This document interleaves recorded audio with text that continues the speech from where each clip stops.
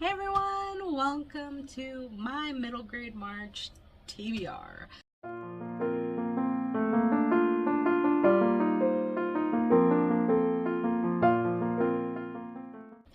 I've been super excited for this month because I had a book planned for this month. Little did I know that I don't believe in coincidence, I believe in God's timing. So, middle grade March's video, I will link down below so you guys can go check it out and find all the prompts for yourself. But, yeah, they announced that there are 2 buddy reads for it, and the first one is called Moon Garden. I will put the cover here. This was either inspired or is a retelling of the other book, which is the book that I planned on reading this month in the first place, and I'm so happy that it's a buddy read because it's one of my favorite children's classics of all time. I love the 1993 movie adaptation, the one with the Dame Maggie Smith. If you don't know that name, you might know her better as Professor McGonagall. But that is The Secret Garden by Frances Hodgson Burnett. This is my copy. Just has a little garden door on it. Nothing big. It's a mass market paperback edition. But, like I said, one of my favorite children's classics besides Alice in Wonderland. Absolutely love this. Been wanting to reread it, and the time has come. Can't wait. Alright, the first prompt for middle grade March is read a book by an author with 3 names. This book I don't have in my possession, but I do know my library has it, and that is The Door Within by Wayne Thomas Batson. This came across my TBR. I think I've had this on my TBR for 2 to 3 years, so I can't wait to get to it. Most of these books that I'm going to list down today are books that I'm going to be checking out to see if I will buy the physical copy to put in my son's personal library, because I do want to build up his very own library, and that's what I really want to do. So most of these books will be for that, but there is one other book that is not for my son's library. In fact, it is part of mine and is near and dear to my heart, and that is Kiss Me Tomorrow by Susan Shreve. If you guys cannot tell, look at how much I have read this book. This was one of the first books I bought at a school's scholastic book fair. So it's very, very dear to me. I've had this since I was in like 8th grade, maybe 7th. But yes, I haven't read this book for quite a number of years. I want to get into it. When I was doing my unhaul, I came across this, and I couldn't part with it.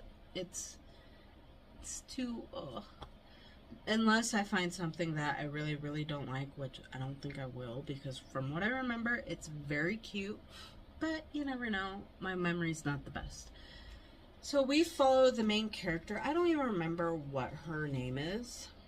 Isn't that bad? I think it's Blister, because I remember it being something weird. I was like, why would you name your child that? It's Blister. So Blister, who has curly red hair that frizzes everywhere, is starting middle school.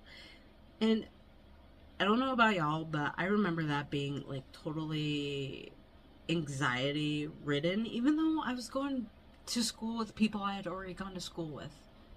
So why I was scared to start middle school, because I already knew all the kids that was gonna be in the school, who knows, but anyway, yes, I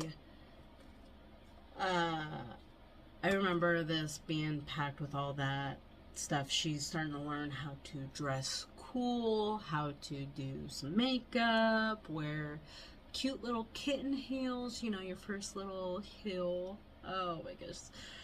Oh, the nostalgia. And of course, when you put the book like this will make sense if you read it. So here's Blister, obviously. Here's her crush. I can't remember his name, but he's the cool guy. And then there's her best friend, who I do remember being named Jonah, because I'm like, hey, he's named after the guy in the Bible. So, yeah, that's how I remember his name. But, of course, she has a crush on the cool guy. Then, of course, Jonah has a crush on her. Something happens, and I think Jonah, like, runs away. And she keeps his secret and, like, brings him food. Because Jonah's not having as good of a transition as Blister. Anyway, I'm gonna leave it at that. I don't want to spoil too much, but I remember this just being one of my absolute all-time favorites when I was in junior high and in high school. So I think it's time to revisit one of my childhood favorites. And this will, I don't think I said this, what prompt this will cover. This will cover a book with flowers on the cover. I mean, it only has one flower, but that should count, right? The second prompt is book with travel. This is Andrew and the Fire Drake by Douglas Wilson. I found this, sounded super, super cute. Book that is part of a series. Obviously, this can be the very first book, can be the middle books, or it could be the final book. Like, if you need to finish a middle grade series, use this prompt to give you some motivation. I am going to be starting, I didn't put down the series. Oh my goodness, I'll put the series right here. But the first book is called Bell Mountain by Lee Dugan. I have this on my Kindle, so obviously I'm going to get to it. I really can't remember what this is about. I just remember getting it, and it's on my Kindle. So, we'll tackle this. The final prompt is book from the 1900s. So, obviously, 1900 to 1999. That is a huge range of books. 100 years worth of books. This, I decided I was gonna,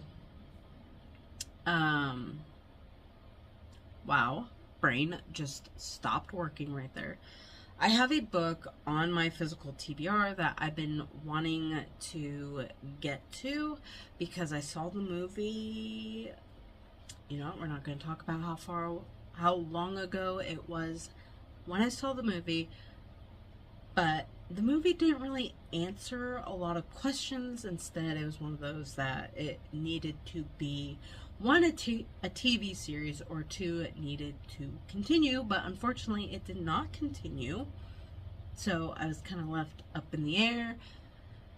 Then I found out, hey, it's a book series. So let's, you know, get the book. And that is The Golden Compass by Philip Pullman. This is part of His Dark Matters. Like I said, I watched the movie and have been curious on, one, what really happened, two, what's really going on in this world, because as you guys know, when you get a fantasy book put into a movie, they don't necessarily bring over the right amount of information that you really do need to dive into the story. I've been wanting to get some questions answered, so I'm going to use Middle Grade March to get to this.